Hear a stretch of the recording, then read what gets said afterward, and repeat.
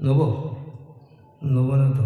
আল্লাহ পাক বলছেন আমি পারফেক্ট চাই, পরিষ্কার পরিচ্ছন্ন চাই। তোমার অন্তরে কার মহব্বত ঢুকে আছে তার সঙ্গে হাসন নাসর হবে।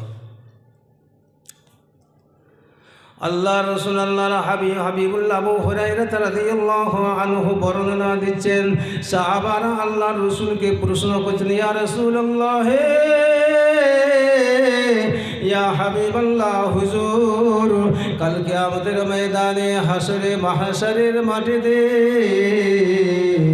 আমরা কি আমাদের প্রভু আমাদের রবকে কি আমরা স্বচক্ষে দেখতে পাবো?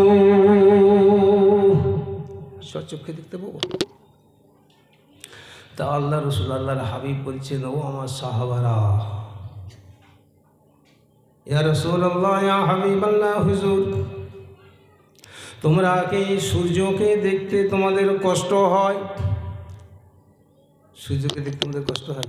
দেখতে পাই না, পরিষ্কার দেখতে পাই সূর্যকে। সূর্য যখন ওঠে দেখতে পাই না, পরিষ্কার দেখতে পাই। কোনো রকম কষ্ট হয়? অসুবিধা হয়? অসুবিধা হয় না। তোমাদের কি চন্দ্রকে দেখতে অসুবিধা হয়? ইয়া রাসূলুল্লাহ, ইয়া হাবিবাল্লাহ, হুজুর সূর্য চন্দ্র কোনো কিছু দেখতে আমাদের কোনো অসুবিধা হয় না। যদি সূর্য চন্দ্র দেখতে যদি তোমাদের অসুবিধা না হয়, কাল কিয়ামতের ময়দানে হাসরে মাহশরের মাটিতে আল্লাহ পাককে দেখতে কোনো রকম অসুবিধা হবে না। সরাসরি ওই চাঁদের মতো সূর্যের মতো সরাসরি আল্লাহকে দেখতে পেয়ে যাবে। বলুন সুবহানাল্লাহ। কারা দেখবে? কারা দেখতে পাবে? সেটাও আল্লাহ রসুল বর্ণনা দিয়ে দিয়েছেন, সেটাও আল্লাহ রসুল বলে দিয়েছেন। কতটা সতর্ক করে দিয়েছেন আমাদেরকে। যারা সূর্যের পূজা করে, যারা চন্দ্রের পূজা করে, যারা গাছের পূজা করে, যারা পাথরের পূজা করে, এমন করে করে আল্লাহর দিক থেকে মুখ ফিরিয়ে নিয়ে যারা নিজেরা প্রভু বানিয়ে নিয়েছে, তাদেরকে আল্লাহ পাক বলবেন, দুনিয়ার জমিনে যারা সূর্যের পূজা করত তাদেরকে বলবে, তোরা তোদের ওই সূর্যকে যে পূজা করতিস, ওকে যে তোরা প্রভু বানিয়েছিলিস, তার অনুগামী ছিলিস, সেদিকেই তোরা চলে যা।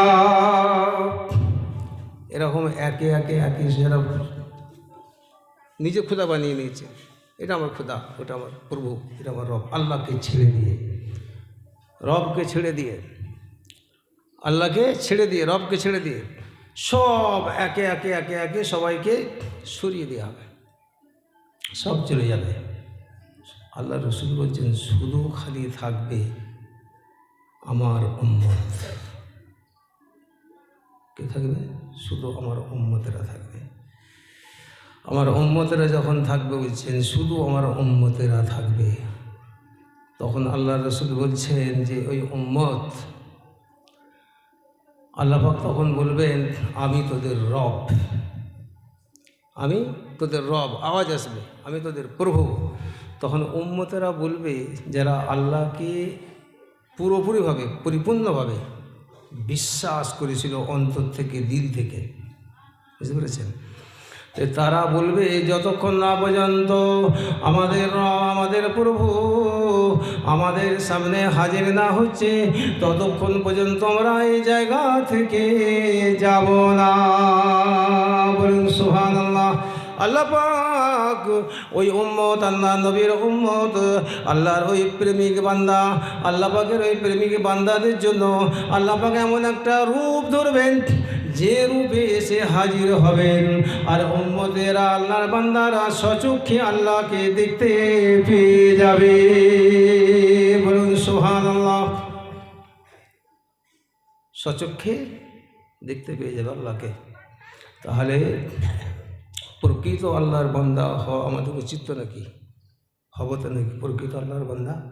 না শুধু মুখে দাবি করব আর বাহ্যিক দিকে কিছু থাকবে না?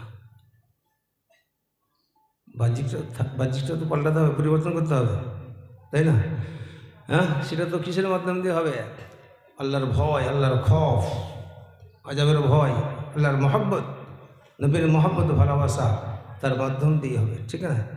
তো যেহেতু আল্লাহ পাক আমাদেরকে সতর্ক করে দিয়েছেন, কালকে আমাদের ময়দানে কিন্তু ধরবেন, ছাড়বেন না, তাই তো নাকি? একটু আগেই বললাম যে মাথায় কপালে নামাজ পড়ে পড়ে দাগ হয়ে গেছে, ঠিক আছে? তো আল্লাহ পাক সরাসরি দেখা হবে, সরাসরি দেখবেন। তার একমাত্র পরিবর্তন হওয়ার কিন্তু একটা রাস্তা হচ্ছে নামাজ। কলেমা পড়েছি, সাক্ষ্য দিয়েছি, তারপরে কিন্তু নামাজটাও পড়তে হবে একদম পুরোপুরি আল্লাহকে পাওয়ার জন্য। কাকে পাওয়ার জন্য? আল্লাহকে খুশি করার জন্য, আল্লাহকে রাজি করার জন্য নামাজটা যেন হয়, খুশু ইখলাস যেন থাকে, ঠিক আছে? না কিন্তু এই নামাজ পড়া হবে, চরিত্র বদলাবে না। নামাজ পড়া হবে, রোজা রাখা হবে, হজ করা হবে, জাকাত দেওয়া হবে, সব কিছু করা হবে, কিন্তু মধ্যখান থেকে দেখা যাবে কোনো কিছুই পরিবর্তন নেই। কালকে আমাদের ময়দানে হাসরের মাটিতে গিয়ে দাঁড়ানো হবে। বাবা নেকির বোঝা, পাহাড়ের মতো নেকির বোঝা নিয়ে মাথায় করে গিয়ে দাঁড়াবে। বাবা সঙ্গে সঙ্গে তার পাওনাদাররাও তার কাছে গিয়ে হাজির হবে। পাওনাদাররা তার কাছে গিয়ে হাজির হবে। দুনিয়ায় ফেতনা ফাসাদ, ঈদ কথা ওকে, তার কথা তাকে, মিথ্যা সাক্ষ্য দেওয়া, মেরে নেওয়া, মানে ছিনিয়ে নেওয়া, চিটিংবাজি করে নেওয়া, এরকম ব্যক্তি আল কেটে নেওয়া, জোর করে শক্তি আছে নিয়ে নেওয়া, কাউকে জোখায় শক্তি আছে তার গাড়ি চড় মারা, এরকম অপরাধ, বিভিন্ন ধরনের অপরাধ করে ওদিকে অপরাধেরও পাহাড় আর এদিকে নেকিরও পাহাড়, ঠিক আছে? পাওনাদাররা যে হাজির হবে। ফামান ইয়া'মাল মিসকালা যাররাতিন খায়রান ইয়ারা ওয়া মান ইয়া'মাল মিসকালা যাররাতিন শাররান ইয়ারা। চুল বিচার হবে, ছাড়বে না কাউকে। মুদিখানার দোকানে দেনা, মুদিখানার দোকানে মিটাতে হবে।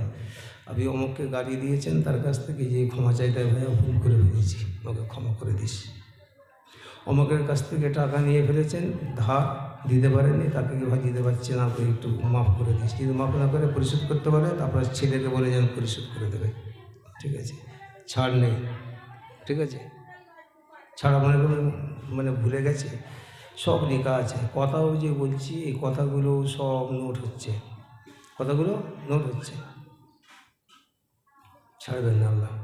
তো যখন ওই বান্দার দেখি বাবা সব পাওনাদাররা এসে হাজির হবে, বাবা একে একে চাইতে থাকবে, বাবা আল্লাহর কাছে নালিশ করবে, আর তাদের ওই নালিশগুলো আল্লাহ পাক গ্রহণ করবেন, আর ওই নেকিগুলো কেটে কেটে দিতে সমস্ত পাহাড় নেকিগুলো সব একে সব বিলীন হয়ে যাবে। আর ওই ব্যক্তিদের গুনাহগুলো, ওই ব্যক্তিদের অপরাধগুলো ওই ব্যক্তির ঘাড়ে চাপিয়ে দিয়ে জাহান্নামে ফেলে দেওয়া হবে। তাহলে নামাজও করলো, রোজা রাখলো, হজ করলো, জাকাত দিল, সবই করলো, সবই নিয়ে গেল, অথচ সে জাহান্নামে হয়ে গেল। তাহলে কী লাভ হলো? তা দুনিয়াও গেল, আখিরাতে গেল, দুটি গেল না? দুনিয়াও গেল, আখিরাতেও গেল। যার জন্য বলছি বেশি করে কাঁদার চেষ্টা করুন, বেশি করে। ছেলের জন্য কেঁদেছেন, টাকার জন্য কেঁদেছেন, মা ছোটো বড়ো কথা বলেছে, দুঃখ হয়েছে, কেঁদেছেন।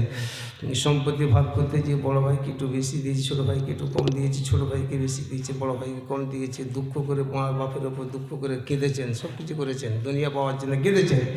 কিন্তু আল্লাহকে পাওয়ার জন্য, নিজের জীবনের গুনাহ মাফির জন্য কবার কেঁদেছেন? কেঁদেছি। একটুখানি হাত তুলে মুড়ি সহ দোয়া করলি, বললে ইয়া ছাড়বে না, কী রে বাবু, ইয়া ছাড়বে না। আর আল্লাহ রসুল বলছেন যে দোয়া যখন চাইবে কবুল হবে এরকম নিয়ত করে, ভালো করে মজবুত হয়ে আল্লাহর দরবারে ভালো করে চাও, আল্লাহ পাক কবুল করবেন বলেছেন, ঠিক আছে? তা কথা হচ্ছে একটু বুঝে নিতে হবে ব্যাপারটা। যদি বুঝতে না পারি, বুঝি আমরা সবাই, বুঝিও, মনও আমাদেরকে কিন্তু নফসে মুতমাইন্না কিন্তু আমাদেরকে ঠাকাও দেয়, কী করছিস, সময় হয়ে আসছে, আচ্ছা পরে করবো এখন, আচ্ছা ঠিক আছে পরে হবে এখন, কাল থেকে ঠিক নামাজ ধরে যাবো, কালে খেয়ে ফেলবে, আজকাল কম কাল পার না ডাল, আজকের কাজ কালকের জন্য রেখে দিও না, আজকেই কমপ্লিট করো, ঠিক আছে? তাই বলছি আমার মুসলমান দিন দরদি ভাইয়েরা, আমরা যারা ইমান এনেছি, মুসলমান বলে দাবি করি, উম্মত বলে দাবি করি, নবীর উম্মত বলে দাবি করি, আল্লাহ আমাদের প্রভু রব বলে দাবি করি, বাবা আমরা যেন আল্লাহর মহব্বত, আল্লাহ রসুলের মহব্বত অন্তরের ভেতরে পয়দা করে যে যে অবস্থায় আছি আমরা যেন সকলেই নামাজি হয়ে যায়। নামাজি হওয়া যাবে? একটু হাত তুলে বলেন, নামাজি হবেন কিনা? হাত তোলেন। হবেন? খুশি মনে বলেন। আরে যাদের নসিব ভালো, যাদের নসিব ভালো তারাই কলেমা পড়েছে, যাদের তকদির ভালো তারাই নামাজে গিয়ে সিজদা করবে আল্লাহকে। কারণ আল্লাহ পাক সিজদা করার সুযোগ দিলেই সে সিজদা করবে, না সিজদা করার কোনো জায়গা নেই। কি সিজদা করবো বলি সিজদা করা যাবে? যাবে? যাবে না। পারমিশন আল্লাহর। দেখেন আদম আলাইহিস সালামকে আল্লাহ পাক সৃষ্টি করলেন, তার শ্রবণ শক্তি দিলেন, তার ব্রেনে বোঝার শক্তি দিলেন, শরীরের শক্তি সব সমস্ত শক্তি দিলেন, তার দৃষ্টিশক্তিও দিলেন, সব কিছু সৃষ্টি সব কিছু শক্তি দিয়ে সব কিছু ক্ষমতা দিয়ে আল্লাহ আদম আলাইহিস সালামকে ঠিক যেমন তাশাহুদে বসি আমরা ওই অবস্থায় বসিয়ে রাখলেন 40 বছর কম বেশি। তা বসে রয়েছেন চুপ করে। আল্লাহ পাক বলছেন আমার আদম, আমার সৃষ্টি মানুষ কিছু কথা তো বলবে, তাকে কথা বলার শক্তি দিয়েছি, তাকে শ্রবণ করার শোনার শক্তি দিয়েছি, তার চোখের শক্তি মানে দৃষ্টিশক্তিও দিয়েছি, তার জ্ঞান দিয়েছি, তার হিকমত দিয়েছি, সব দিয়েছি, কিন্তু 40 বছর চুপ করে আছে, একটা কথাও বলেন। আল্লাহ পাক বলছেন ও আদম 40টা বছর ধরে চুপ করে রইলে, একটা কথাও বললে না। তোমাকে তো কথা বলার শক্তি আমি দিয়েছি, শোনার শক্তি দিয়েছি, দেখার শক্তি দিয়েছি, বোঝারও শক্তি দিয়েছি, তবুও তুমি কেন কথা বলো না? আদম আলাইহিস সালাম বলছেন আল্লাহ গো, আপনি শোনার, বোঝার, দেখার সমূহ শক্তি আপনি আমাকে দিয়েছেন, কিন্তু আপনি তো কথা বলার পারমিশনটা আপনি দেননি। বলুন সুবহানাল্লাহ। কথা বলার পারমিশনটা আপনি আমাকে দেননি, তাহলে কথা কী করে বলবো? সব শক্তি সব ভিতরে সব কিছু আছে জমা, আমি চুপ করে আছি, কথা বলিনি, আপনি খালি পারমিশন দিলেই বলতে থাকবো। বলুন সুবহানাল্লাহ। এই কথা বলাতে আমার আল্লাহ এত খুশি হয়ে গিয়েছিলেন, এত আনন্দিত হয়েছিলেন। আমার আল্লাহ পাক বলেছেন আদম রে, এর জন্যই তো তোকে আমি আল্লাহ সৃষ্টি করেছি। মা খালাকতুল জিন্না ওয়াল ইনসা ইল্লা লিয়াবুদুন। জিন ইনসানকে আমি সৃষ্টি করেছি শুধুমাত্র আমি আল্লাহর ইবাদত করার জন্য। আমি আল্লাহ ইবাদত করার জন্য সৃষ্টি করেছি। তাই তোর এই কথাটা শুনে আমার পারমিশনের অপেক্ষায় 40 বছর রয়েছি, মুখ খুলিসনি। আমি আল্লাহ তোকে কথা বলার পারমিশন দিয়ে দিলাম, তার সঙ্গে সঙ্গে তোর মান সম্মান ইজ্জতকে আমি আল্লাহ বাড়িয়ে দিলাম। আমি আল্লাহ আশরাফুল মখলুকাত বলে আখ্যায়িত করে দিলাম। বলুন সুবহানাল্লাহ। আশরাফুল মখলুকাত বলে দিলাম। তাহলে আল্লাহর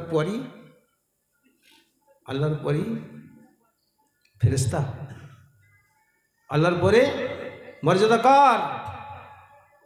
মানব জাতির মর্যাদা দিয়েছেন। তাহলে মানব জাতির ভিতরে আদম আলাইহিস সালামের মর্যাদা, কিন্তু সমূহ মানব জাতির ভিতরেও দয়ার নবী, দিন দুনিয়ার বাদশাহ, তাজদারে মদিনা, দুলহাই মদিনা, আহমদ মুস্তফা, প্যারা নাম মোহাম্মদ মুস্তফা সাল্লাল্লাহু আলাইহি ওয়াসাল্লাম, তার মর্যাদা সমস্ত নবীদের নেতা। সেই নবীকে কিন্তু আমরা মানতে পারলাম না, সেই নবীর আখলাক আমাদের ভিতরে ঢোকাতে পারলাম না। বড় দুঃখের বিষয়, ঠিক আছে না? আল্লাহর কাছ থেকে চাইলেই পাওয়া যাবে, কিন্তু চাওয়ার মতো চাইতে হবে। এরকম মজলিস, এই যে মজলিস এই যে কায়েম করেছেন, একটা উদ্দেশ্য নিয়ে করেছেন, একটা উদ্দেশ্য নিয়ে করেছেন, আগেকার উদ্দেশ্য নিয়ে করেছেন। তো মাশাআল্লাহ আল্লাহ পাকের তরফ থেকে অন্তরে উদয় হয়েছে, করেছেন, ঠিক আছে। ঠিক এমন করেই আল্লাহর দরবারে সন্তানকেও চাইতে হবে। সন্তান, নেক সন্তান চাইতে হবে, তবে আল্লাহ পাক নেক সন্তান দেবেন। নেক সন্তান, যে সন্তানটা আমি চলে যাওয়ার পরে ওই সন্তানটা হাত তুলে তার অন্তরে বাপের মহব্বত, মায়ের মহব্বত, দাদুর মহব্বত, নানার মহব্বত, মায়ের মানে মামার মহব্বত, আত্মীয় স্বজনের মহব্বত তাদের হৃদয়ে থাকবে, ঠিক আছে। তাহলে এই মহব্বত নিয়ে সে হাত তুলে আল্লাহ পাকের দরবারে দোয়া চাইবে। তাই আল্লাহ পাক কিছু বান্দাকে জান্নাতে দেবেন। একটা ফেরেশতা একটা আল্লাহর বান্দাকে জান্নাতে নিয়ে চলে যাবে। জান্নাতে চলে যেয়ে সে বান্দা বলবেন, আমি কিভাবে জান্নাতে এলাম? এই জান্নাতটা পাওয়ার মতো দুনিয়ার জমিনে আমি এরকম ইবাদত বন্দেগী করে আসিনি।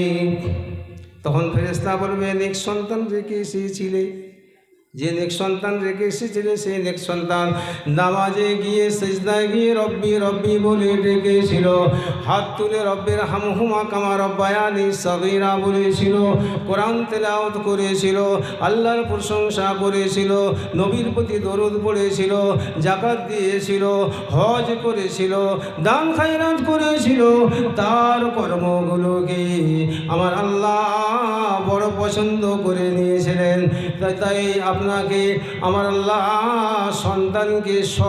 সন্তানকেও আল্লাহ নেকি সব দিয়েছেন, তাকেও মর্যাদা দিয়েছেন। তার পাশাপাশি আপনার আওলাদ বলে আপনাকেও আল্লাহ বঞ্চিত করেননি, আপনাকেও সেই সব দিয়ে নাজাত পাইয়ে দিয়ে জান্নাতে দিয়ে দিয়েছেন। বলুন সুবহানাল্লাহ। জান্নাতও দিয়ে দিয়েছেন। কথা বোঝা যাচ্ছে? হ্যাঁ, তো বুঝে চলতে হবে।